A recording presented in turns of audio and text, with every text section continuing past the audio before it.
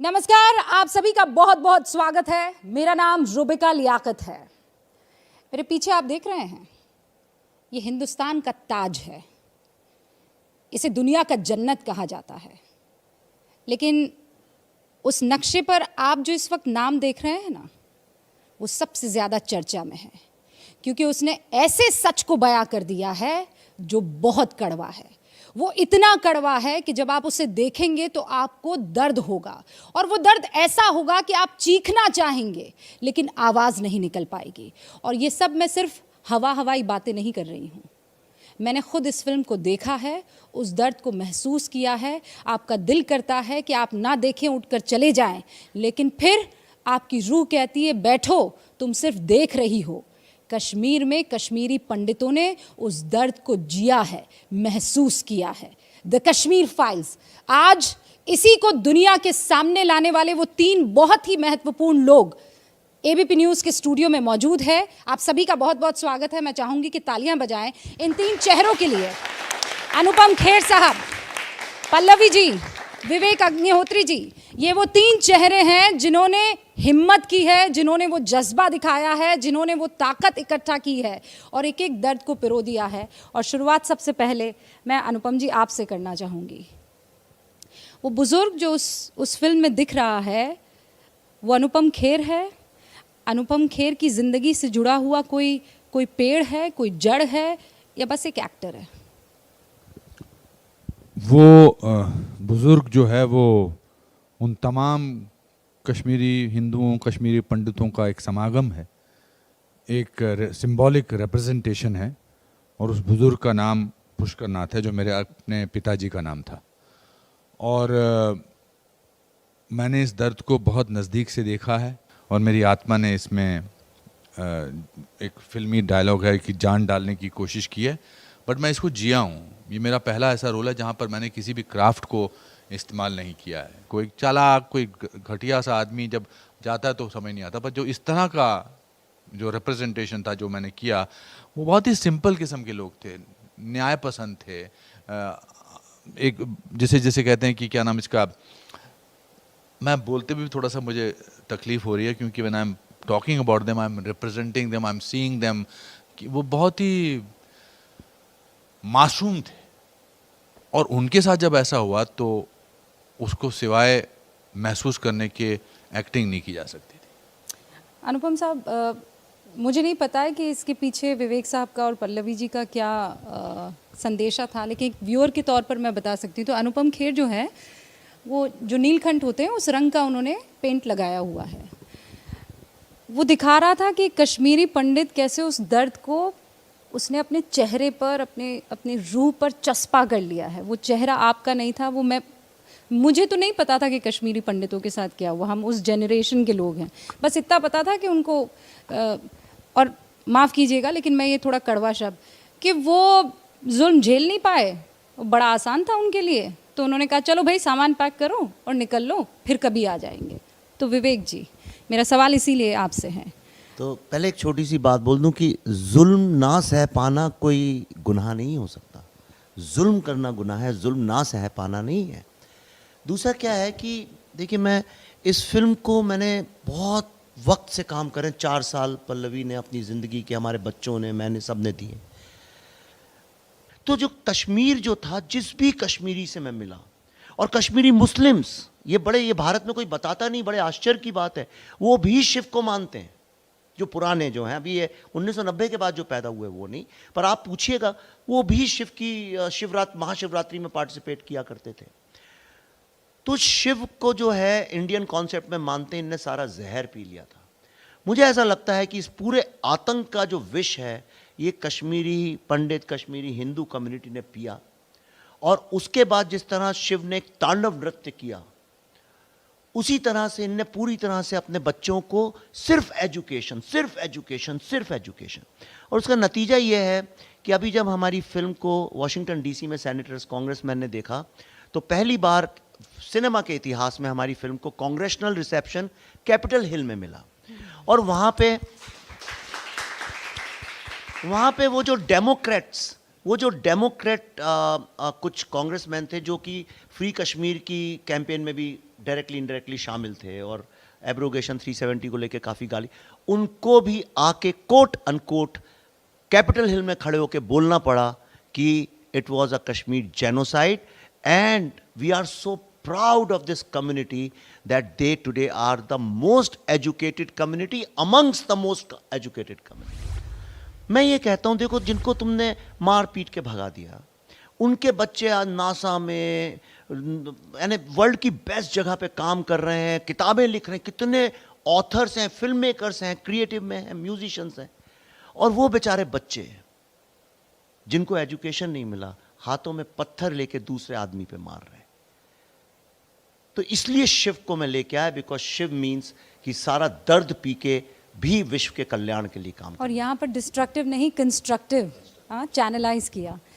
पल्लवी, मैं आपको सुन रही थी, आप ये कह रही हैं कि 700 से ज़्यादा टेस्टिमनीज आपके पास हैं. वो सुनते हुए आपको, हम ये 2-3 जो कहानियाँ थी, हम उसको आज तक, मैं सच बता रही हूँ, समेट नहीं पाई हूँ. मैं आज भी मुझे कुछ सीन्स हैं वो मैं रिवील नहीं कर सकती हूँ. आप लोग जाएंगे कि नहीं जाएंगे मूवी देखने के लिए? ज़रूर. सबके सब जाने वाले हैं. तो वो 700 टेस्टिमोनीज, 4 साल का वक्त, कैसे? ये जब रिसर्च हम लोग इकट्ठा कर रहे थे और जब हम लोग कश्मीरी पंडितों से मिले, तो 4 साल तो खैर हमें लग गए लोगों तक पहुंचने के लिए, किताबें पढ़ने के लिए, मीडिया से जो भी आर्काइवल फुटेज है वो इकट्ठा करने में. लेकिन ह्यूमन स्टोरीज़ हमें नहीं मिल रही थी, क्योंकि सब कुछ एक पॉलिटिकल पर्सपेक्टिव से होता है. लेकिन एक्चुअली लोगों के साथ हुआ क्या वहाँ पे, ये हम उनकी ज़ुबानी सुनना चाहते थे. और जैसे आपने शुरुआत में कहा था कि फिल्म देखते हुए आपको लगा कि 2-3 बार मैं उठ के चली जाऊँ, भाग जाओ. मैं बिल्कुल, मेरी यही हालत हुई थी. मैं आपको बस एक इंसिडेंट बताना चाहती हूँ. हम इन लोगों के घर पे जाते थे, इनके साथ गप्पे होती थी, कुछ बातें इधर उधर की होती थी, हंसी मजाक होता था. तो खाना वाना खाया और खूब अच्छे से हम लोग बातें कर रहे थे. और फिर मैंने उनका इंटरव्यू लेना, वो महिला जो थी, मैंने कहा चलिए अपन बातचीत शुरू करते हैं. और फिर मैंने कहा हुआ क्या, मुझे बताइए. तो जो वो थी, उनके पिताजी को गोलियां मार दी थी. उन्होंने कहा कि गोलियां मार दी थी मेरे पिताजी को, और सीधा बिना उनकी बॉडी हमारे हाथ में सौंपने के बजाय पुलिस उनको सीधा पोस्टमार्टम के लिए ले गई. और पोस्टमार्टम करके जब बॉडी हमारे पास आई तो उन्होंने कहा कि अपने पिताजी को किसी ने बिना कपड़ों के कभी देखा नहीं होगा, मैंने देखा है, क्योंकि मुझे उनके अंतिम संस्कार करने थे.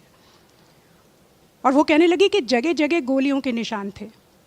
उनका पोस्टमार्टम किया था, बिल्कुल यहाँ से लेके नीचे तक वो चीर दिया था, और उसके बाद उसको सिला भी नहीं था ढंग से. जब मैंने ये सुना तो बहुत हम लोग सुन रहे थे, बहुत दिनों से सुन रहे थे, लेकिन जब ये वाक़या आया सामने तो जैसे आपने कहा था, मेरी वही हालत हो गई कि मैंने कहा मैं सहन ही नहीं कर सकती, मुझसे ये पेन प्रोसेस करने की मेरे क्षमता से परे है ये. और मैं बिल्कुल ऑलमोस्ट उठ गई थी. और फिर इमीडिएटली एक थॉट आया दिमाग में कि मैं तो सिर्फ सुन रही हूँ, इन्होंने तो जिया है उसको. और 32 साल से ये घाव वो छुपा के रखे हैं उन्होंने, क्योंकि किसी ने पूछा नहीं उनको कि आपके साथ हुआ क्या. और सब लोग हमसे कह रहे थे कि आप वो पहले हैं जिन्होंने आके हमसे ये पूछने की कोशिश की है कि भाई आपके साथ हुआ क्या, हमें बताइए. तो इस सब में तो मतलब आज इतने सालों से हम इसमें इन्वॉल्व हैं, लेकिन आज भी उसके बारे में सोचते हैं. दर्द की कभी कभी आदत हो जाती है. जब हम अपनों को खोते हैं तो हम रोज़ उनकी याद में आंसू नहीं हमारे निकलते, रोज़ हमारी आंखें नहीं भर आती, आदत हो जाती है उस लॉस की. लेकिन ये जो चीज़ें हैं इसकी नहीं आदत हो सकती. तो 32 वर्ष के बाद भी वो क्यों रो रहे हैं मैं समझ सकती हूँ, क्योंकि 4 साल बाद भी जब मैं इसके बारे में बात करती हूँ तो मैं कांप उठती हूँ. विवेक जी, इसमें 2 चीज़ें निकल कर आ रही है कि विवेक अग्निहोत्री को अचानक ऐसा क्या सूझा, कौन सा बैकअप था, कौन पीछे जो है खड़ा हुआ था, और अचानक क्यों विवेक अग्निहोत्री को दर्द महसूस हुआ ये फिल्म बना दी. आपने तमाम तरीके के आरोप जो हैं सुन लिए होंगे. मैं चाहती हूँ उन आरोपों का आप जवाब दें. और मैंने पहली फिल्म बनाई थी बुद्धा इन अ ट्रैफिक जैम. लोग भूल जाते हैं, लोगों को पता नहीं, इसलिए कहते हैं अचानक कैसे। अचानक 2010 में बनाई थी, 6 साल उसको रिलीज़ होने में लगे। फिर जब मैं जादवपुर गया तो मेरा कंधा तोड़ दिया, ये हुआ, सब कुछ हुआ। फिर हमने बनाई द ताशकंद फाइल्स। किसी ने हमसे नहीं पूछा तुम कैसे कर रहे हो, तुम्हारे घर में पैसे हैं कि नहीं हैं, तुम्हारे बच्चों का क्या, किसी ने हमसे पूछा नहीं, हम करते रहे। और फाइनली ये कश्मीर फाइल्स उसी सीरीज़ में मैंने बनाई है।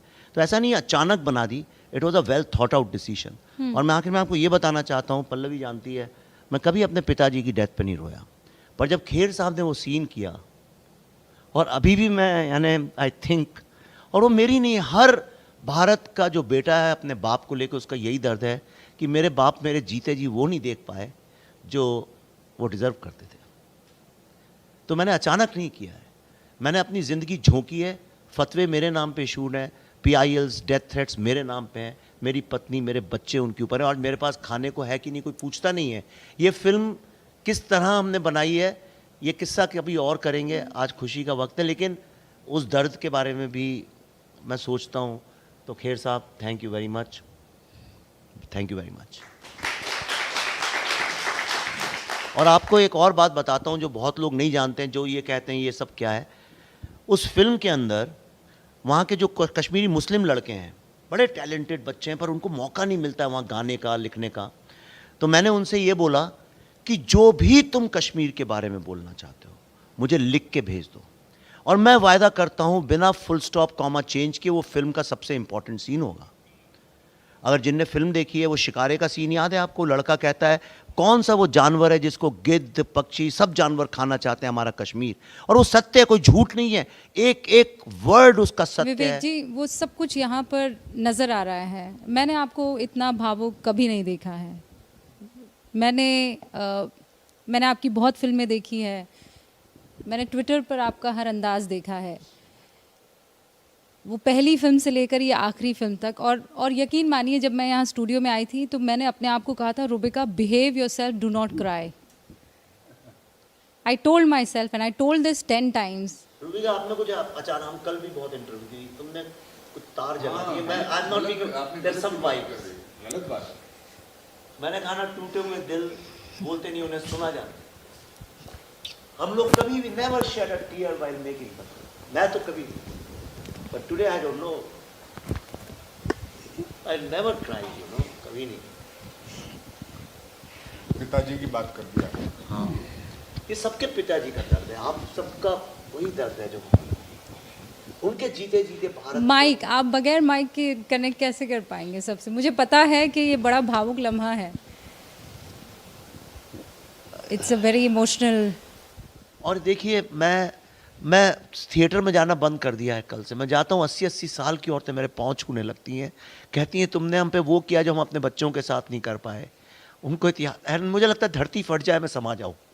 मैं सच कह रहा हूँ, मेरी आत्मा कोई काटे तो मैं इतना ऋणी हूँ, इतना ऋणी हूँ, मैं बता नहीं सकता हूँ इस बात को। सिंसियरली इसका इंट्रोडक्शन दिया, इतना महसूस करके इसको इंट्रोडक्शन दिया, तो उसी से मेरा मामला गड़बड़ हो गया। पर चलिए, देखिए, ये ट्रिब्यूट है हमारे फादर्स को, ये ट्रिब्यूट है हमारे उन पूर्वजों को जिन्होंने इतनी तकलीफ़ें सही हैं, पर उस दर्द का बखान कभी किसी के सामने किया नहीं।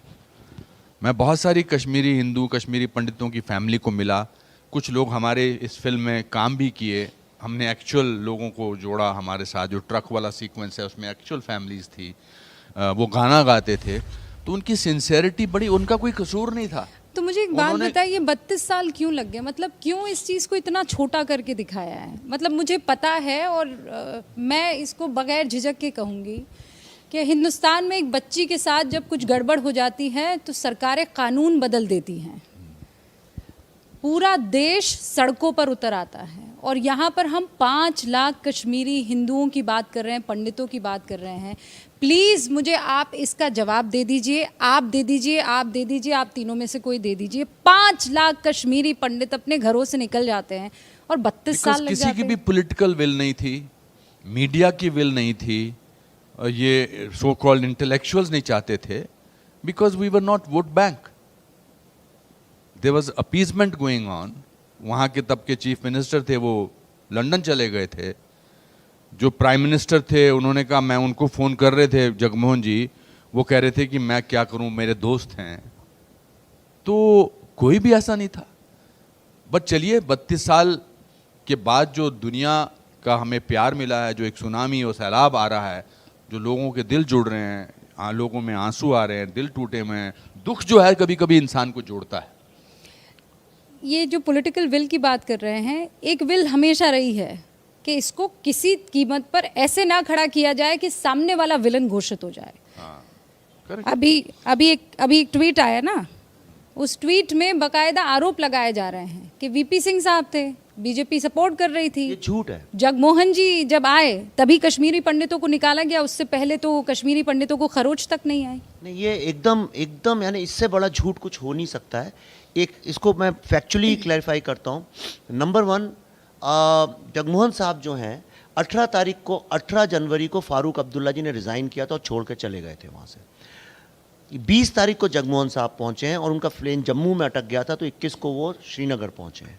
एक सेकंड, तो 19 तारीख को जगमोहन जी कश्मीर में नहीं सरकार थे? ही नहीं थी वहाँ, ना चीफ मिनिस्टर था, ना लेफ्टिनेंट गवर्नर था, ना कमिश्नर पुलिस तक, कुछ भी नहीं था वहाँ पे। There was और no ये government सारा for 2 days. ये सारा प्रॉब्लम इसलिए हुआ, और ये फैक्चुअली सारी उन्हीं की किताबों में लिखा है। मैं तो जम्मू कश्मीर की लाइब्रेरी से पढ़ा है सब। हुआ क्या कि जो कमिश्नर पुलिस थे उन्होंने फारूक साहब को मना किया था कि सीआरपीएफ को आप गांव से ना हटाइए और शहर में मत लाइए, क्योंकि सारे आतंकी गांव में हैं। हाँ। फारूक साहब ने उनको बुलवा लिया 17 तारीख को शहरों में, पूरी सीआरपीएफ को गांव छोड़ के, और खुद रिजाइन 18 को करके चले गए। अब सीआरपीएफ को कोई ऑर्डर देने वाला नहीं था कि वापस गांव में जाओ, और सारे आतंकियों ने निकला और सारे मस्जिदों को टेक ओवर कर लिया और इस्लामिक रिपब्लिक ऑफ पाकिस्तान ऐलान करके झंडा गाड़ने गए। 26 तारीख को झंडा गड़ने वाला था, वो तो जगमोहन साहब थे जिनने रुकवाया उसको। तो ये झूठ फैलाया गया है बिना बात का, बिल्कुल। और अभी भी फैला रहे हैं, अभी भी ऐसा नहीं है कि नहीं, तो ये अभी तो भी- 2 दिन पुराना ट्वीट जी, है जी। ना। अभी भी बाज नहीं आ रहे हैं। नंबर्स दे रहे हैं कि इतने कश्मीरी पंडितों का कत्ल हुआ और इतने कश्मीरी मुसलमानों का हुआ है, उनकी तो कोई बात नहीं मैं है। एक सवाल पूछना चाहता हूँ, एक बहुत ईमानदारी से सवाल पूछता हूँ, और हर आदमी भारत का अपने दिल पे हाथ रख के जवाब दे। जिनकी पार्टी ये बात उठा रही है कि भाई इतने नहीं उतने मरे थे, इतने नहीं उतने मरे थे, ठीक है, जो आप कहते हैं जितने मरे थे मैं मानने को तैयार हूँ। अब आपकी तो सिटीजनशिप इटली की है। आप एक बार जब इटली अपने ननिहाल या अपने मातामाल जाएं तो वहाँ पे बस इतना ही सवाल कर लीजिएगा, नहीं साहब 6 मिलियन नहीं मरे थे, 4 मिलियन मरे थे या 5 मिलियन मरे थे, ऐसा हुआ था या नहीं हुआ था, तो जेल यूरोप और चले जाएंगे। हॉलोकॉस्ट, इस चीज का ख्याल रखिएगा, वो उसका जिक्र कर रहे हैं। हाँ। तो they will go behind the bars, क्योंकि होलोकॉस्ट, डिनायल ऑफ होलोकॉस्ट के लिए आपको सजा हो सकती है जिंदगी भर की। पोलैंड में तो लाइफ टाइम नो क्वेश्चन, उसमें सवाल, उनने ऐसा लॉ बनाया, कहते हैं इसमें सवाल ही नहीं उठेगा, बात ही नहीं कर सकते आप, बस ये था। सारे नाम बदल दिए हैं उन्होंने। हम ऑशविट्ज हो के आए, अपने बच्चों को ले गए थे, सारे नाम बदल दिए। पर भारत में हम लोग अभी भी सवाल उठाते हैं इस बात पे, क्या फर्क पड़ता है 4000 मरे या 2000 मरे? नंबर हैं क्या, वो स्टैटिस्टिक्स हैं क्या, भारत का एक आंकड़ा है? नहीं, अब तो 80 तक आ गए हैं। 88 पे आ गए हैं, 88। बताइए आप। अभी वो 8 पे आएंगे, लिख के लीजिए, ये आप क्लिप बचा लीजिएगा इसको। वो ये आरोप लगा रहे हैं कि आपने एक कैरेक्टर ऐसा नहीं है जो कश्मीरी मुसलमानों का पॉजिटिवली पोर्ट्रे मैंने किया। आपको बताया उस लड़के का नाम उसने मना किया क्योंकि वो मारा जाएगा बेचारा, पर जो वो बोट में शिकारा में जो लड़का बैठा है उसी ने वो पूरा सीन लिखा है, उसी ने उसकी एक्टिंग की है। तो मैंने तो कहा तो जो तुम बोलो वो कर दो। अगर आप देखें फिल्म में करंट गवर्नमेंट के बारे में भी बात करता है बिट्टा का कैरेक्टर, और खुल के बोलता है, और वो ऐसी लॉजिक है जिससे हम जैसे लोग ब्रेन वॉश भी हो गए थे जब हम यंग थे। तो ऐसा ये कहना, पल्लवी का कैरेक्टर पूरा वही बोलता है जो जेएनयू में प्रोफेसर्स बोलते हैं, एक शब्द ऊपर नीचे मैंने नहीं किया है। अच्छा, ये सीन दर सीन अगर मैं कहूँ, क्योंकि सब बच्चे ये जानना भी चाहेंगे, युवा भी जानना चाहेंगे, अनुपम जी, ये भाई आपने कैरेक्टर्स के नाम बदल दिए हैं, लेकिन कैरेक्टर तो नहीं बदला है ना। उन पे जो बीती थी वो बदली है क्या? आपने एग्जैजरेट किया है? आप मुझे ये बात बताइए, जो फिल्म देख रहा है, क्योंकि मैं जो फिल्म देख रही थी, मैं कह रही थी, ऐसे कहते हैं ना, जान और सांस अटक जाना, बट इसमें ऐसा हुआ है क्या? चलिए, ये तो पढ़े लिखे लोग हैं, आप पढ़े लिखे हैं, जो यहाँ बच्चे बैठे हैं पढ़े लिखे हैं, मगर आज़ादी के नारे या भारत के टुकड़े होंगे, ये नारे तो टेलीविजन पे दिखाए जा रहे थे। जेएनयू के ही है ना ये नारे, अफजल हम शर्मिंदा हैं, तेरे कातिल जिंदा हैं। ये कोई हिडन फैक्ट तो नहीं है ना। और जो स्पीच इन्होंने दी है वो वायरल स्पीच है। अभी भी मैंने कल ही देख रहा था, कल हम किसी जगह इंटरव्यू दे रहे थे, मैंने कहा देखूं तो सही, वो मेनन जो लेडी है उनकी स्पीच है, वो बोल रही हैं और यही उनके अल्फाज हैं। मैंने एक full ये stop मतलब comma डंके नहीं की change चोट किया। पे अपनी बात बोलते हैं। आपने कुछ चेंज नहीं किया। एक फुल नहीं। स्टॉप और कॉमा, देखिए जो ये जो टेररिज्म के सपोर्टर्स की जो उसमें है, उसमें एक फुल स्टॉप कॉमा नहीं चेंज किया। चेंज मैंने क्या किया, जो लास्ट का जो सीन है उसको थोड़ा सा डाइल्यूट किया, क्योंकि मैं गैंगरेप नहीं दिखाना चाहता था। मैं कर ही नहीं सकता हूँ, मैं कर ही नहीं सकता था। तो मैंने कहा कि इसको सिंबॉलिकली कर देते हैं। और लास्ट का जो सीन था बच्चे का, वो तो एक्चुअली वो चले गए थे 800 मीटर दूर।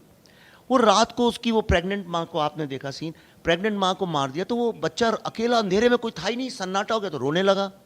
उसकी आवाज़ सुन के जीप से उतर के वापस आए, बच्चे को लात मारी, और वो जब बच्चा लेट गया ऐसा फ्रंट फेस पे, तो उसको 3-4 गोलियां मारी। 2.5 साल का बच्चा था वो। अब उस बच्चा अकेला रोता भी रहता, तो ऐसी क्या क्रुएल्टी थी कि एक छोड़ दिया, भाई बड़े लोगों को मार दिया, एक बच्चा रो रहा है, तुम चले जाओ ना। लौट के आके उस बच्चे को भी इसलिए मारा कि लोगों को ये पता दहशत। चले कि अगर तुम कश्मीर में रहोगे तो तुम्हें किस टर्म्स में रहना। कोई कश्मीरी मुसलमान जिसने फ़ोन करके आपको बधाई दी हो या कहा हो मेरा नाम कोट मत करना, लेकिन जो तूने दिखा दिया या जो तुमने कर दिया है, सलाम है तुम्हें। मेरा फ़ोन वहाँ पे है, मैं आपको कम से कम 25 मैसेजेस दिखाता हूँ, सिर्फ एक शर्त में, डीएम में। और आपको मैं 2 बहुत अच्छी बातें बताता हूँ। जो आप मीडिया में, ट्विटर में देखते हैं, इमेज बना लेते हैं, ऐसा है नहीं। मैं आपको बताता हूँ, इस फिल्म के सबसे ज्यादा, आप यूट्यूब में तो सब है, आप देख लीजिए, सबसे वो मुस्लिम ज्यादा लोगों ने पॉजिटिव बनाए। रिव्यूज कहाँ से आए हैं इस फिल्म के? पाकिस्तान से, अफगानिस्तान से, यज़दी लोगों के। प्रताड़ित बहुत लोग हैं दुनिया में। मैं आपको एक छोटा सा एग्जाम्पल बताता हूँ, मेरे नाम पे फतवा क्यों इशू हुआ था, ये किसी ने नहीं पूछा। सब कहते हैं फतवा हुआ था, पर क्यों, उसका रीज़न क्या दिया गया था? 50 कारण रहे होंगे पीछे, लेकिन बहाना क्या बनाया गया था? बहुत ही एक एम्पावर्ड लड़की श्रीनगर में, बहुत एम्पावर्ड। रूबिका जी, बिल्कुल आप समझ लीजिए, आपकी जो चेतना है ना, एक एनर्जी है, उसकी भी वैसी है बिल्कुल। और हंसमुख, खुश, दिल्ली में पड़ी हुई, बिल्कुल दिमाग से सेपरेटिस्ट नहीं, और बहुत अच्छी लड़की। उसको जब उसने हमारे साथ गलती से डिनर कर लिया था, नहीं नहीं नहीं, मैं ईश्वर साक्षी है, उसको अपना शहर श्रीनगर छोड़ के कई दिन के लिए गायब होना पड़ा। जिन लोगों ने, जिन लड़कों ने, वो सिंगर्स हैं, म्यूजिशियंस हैं, राइटर्स हैं, पोएट्स हैं। मैं क्रिएटिव लोगों के ही साथ काम करता हूं। हमारी एक पॉलिसी है, जिसको थोड़ी कविता लिखनी नहीं आती, हम उस आदमी से थोड़ा दूर रहते हैं, क्योंकि जो कविता लिखना जानता है वो कुछ उसको अंदर है उसके। उनके म्यूजिक एल्बम्स हैं। मैंने उन लड़कों को बोला, तुम हमारी फिल्म का लाइन प्रोडक्शन करो, क्योंकि तुम लोग समझते हो मुझे क्या चाहिए। वो लड़कों ने इतने उत्साह से किया। कोविड हो गया, उनने कहा कोई चिंता नहीं, हमें लॉस होगा। उनने अपनी जान लगा दी। पल्लवी को तो इतना प्यार करते हैं, आप कल्पना नहीं कर सकते। लेकिन उनका फोन आया हमको कि सर प्लीज, फिल्म इंडस्ट्री में आदमी पैसा छोड़ देता है, लेकिन नाम आए टाइटल में उसके लिए जान देता है। खैर साहब गलत कह रहा हूं। 90% झगड़े तो सिर्फ टाइटल के लिए होते हैं। उन्होंने मुझे फोन किया अभी कुछ दिन पहले और बोला सर प्लीज हमारा नाम टाइटल में मत डालिएगा, टाइटल में मत रखना, मत रखिएगा।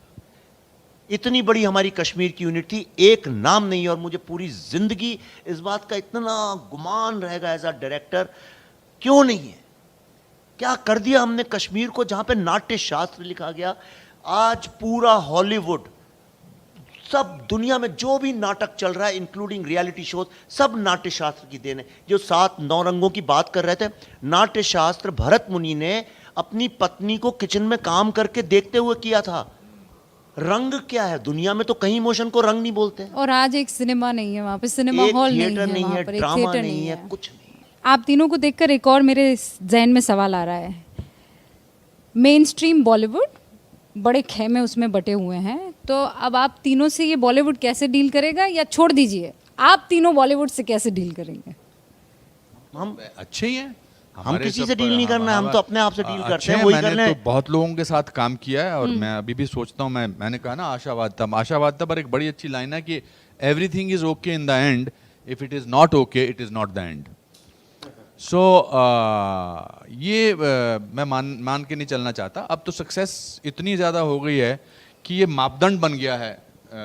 आमिर खान से किसी ने पूछा, मुझे नहीं पता आप लोगों ने वो सुना या नहीं, आई एम श्योर आपने सुना होगा. उन्होंने कहा मैं फिल्म देख नहीं पाया हूँ लेकिन बहुत सक्सेसफुल फिल्म है और मैं पूरी टीम को ऑल द बेस्ट कहना उनका चाहता हूँ. पूरा फोकस उनकी आने वाली फिल्म में होगा ना. आमिर खान वैसे सोचते हैं कि मैं अगर इस समय कान भी खुजाऊं या नाक भी खुजाऊं तो इसमें उनकी पिक्चर का जिक्र क्या आना चाहिए. He didn't want to divert. वो मैं बड़ी आमिर खान मेरे दोस्त हैं और मेरे साथ बहुत सारी फिल्में कर चुके हैं. मेरी उनसे इल्तिजा होगी कि आने वाले 5 दिन में 6 दिन में वो 3 घंटे अपने घर के लाइफ से निकाल के और अपनी फिल्म से निकाल के इसको देखें और दुनिया को बताएं कि उनको वो फिल्म कैसी लगी. अच्छा, स्पेशली किसी को बिठाकर आप फिल्म दिखाना चाहेंगे? तीनों एक एक नाम मुझे बता दीजिए कि भाई साहब आपको तो मैं लेकर जाऊंगा ही जाऊंगा. पल्लवी आप भी, विवेक जी आप भी और अनुपम जी आप भी. मैं आई थिंक मैंने तो फिल्म का I would have loved my father to see this. That's so beautiful. He would have been very proud. वो मेरे सबसे बड़े फैन थे. फैन. वो मेरा 5वीं क्लास से लेकर मेरी जो आखिरी फिल्म उन्होंने देखी थी वो फ्रंट रो में बैठ के देखते थे. और मैं कितनी बुरी एक्टिंग करता था प्लेज में, खत्म. उनका लगता था कि मेरा बेटा कमाल कर रहा है. नहीं तो वो अभी भी आपकी बलाएं ले रहे होंगे. 100% ले रहे होंगे. आप पल्लवी किसे दिखाना चाहेंगे? बिल्कुल इनकी तरह मैं भी अपने पिताजी का नाम लेना चाहती हूँ. मेरे पिताजी 92 साल के हैं और उनको थोड़ा सा अभी डिमेंशिया शुरू हो गया है, एज ओल्ड डिमेंशिया. और कभी कभी हम लोग मतलब इस बात से दुखी भी हो जाते हैं. मैं इस बात को बहुत ह्यूमरसली देखती हूँ. मैंने अपने पिताजी को कम से कम 6 बार ये फिल्म दिखाई है और जब भी वो फिल्म देखते हैं कहते हैं क्या बढ़िया फिल्म बनी है और कितना अच्छा काम किया है तुमने. क्योंकि उनको याद नहीं रहता कि वो फिल्म पहले देख चुके हैं. ब्यूटीफुल. मेरा सलाम उनको ज़रूर कहिएगा. आप किसे दिखाएंगे?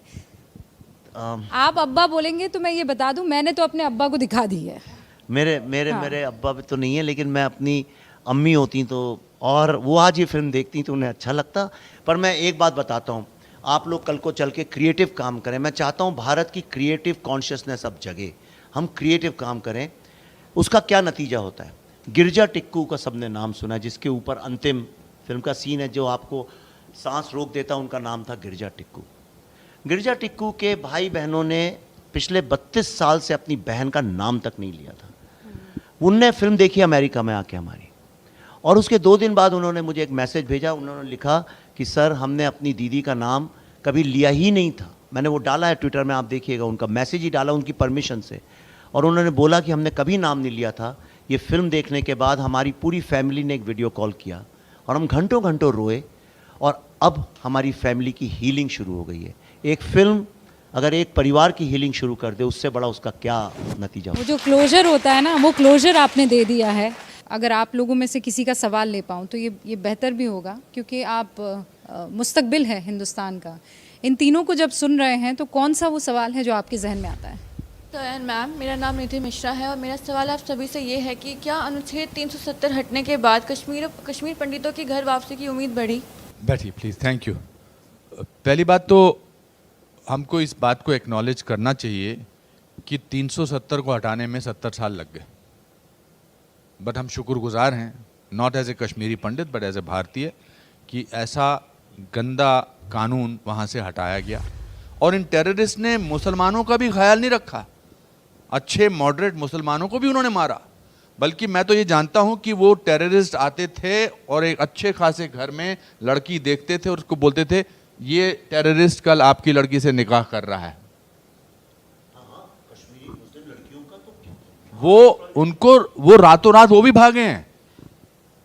सो चेंज आएगा.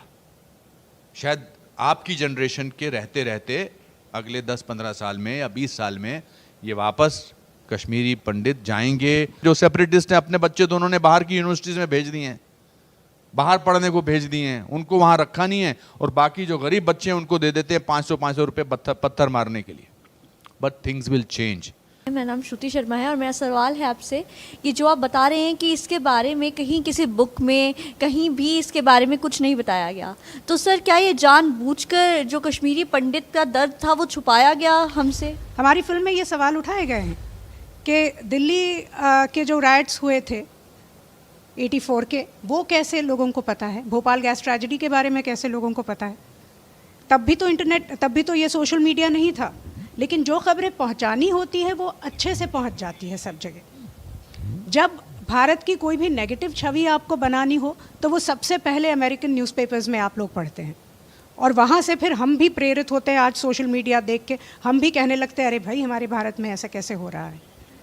लेकिन जो चीज़ें दबानी थी वो अच्छे से वो लोग रोक पाए उस न्यूज़ को। हाँ, वो रोकने, ये एक है कि सोशल मीडिया नहीं था इसलिए वो छुपा सके, आज की तारीख में छुपा नहीं पाएंगे। मेरा नाम इशिता गोयल है। मेरा सवाल ये है कि चंद लोग कुछ ऐसे हैं जो ये सवाल उठा रहे हैं कि क्या इससे सियासत की जा रही है, तो आप इसका जवाब क्या देना चाहेंगे? इसका हिंदी में कहावत है, छोड़ो कल की बातें, कल की बात पुरानी, आओ मिलके लिखते हैं एक नई कहानी। और तुम लोग से ही होगा। और मेरा अपना ये रहता है, खेर साहब से भी सीखता हूँ, क्षमा बड़न को चाहिए, छोटन को उत्पात। तो जिनको ये सब करना है, किसी शादी में जाओ, इतनी अच्छी शादी चल रही है पर कोई एक फूफा जी पीछे बैठ के नुक्स निकालते रहते हैं, ये सही नहीं, वो नहीं सही। ठीक है, वो नेचर होता है। आप आगे, आप क्यों ध्यान देती हैं उनको? आप जो अच्छा हो रहा है उस पर ध्यान दीजिए, और एक इस- नए भारत का जो निर्माण हो रहा है उस पर ध्यान दीजिए। और इसमें एक वैधानिक चेतावनी, सारे फूफाओं के लिए ये नहीं है।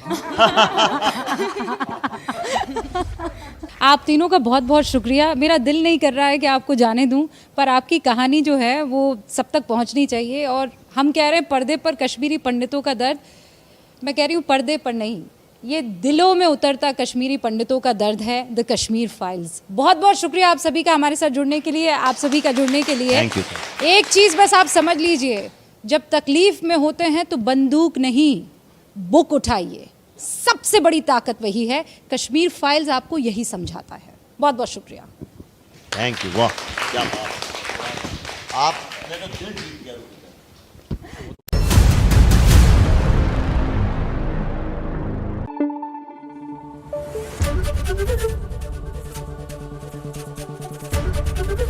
एबीपी न्यूज आपको रखे आगे।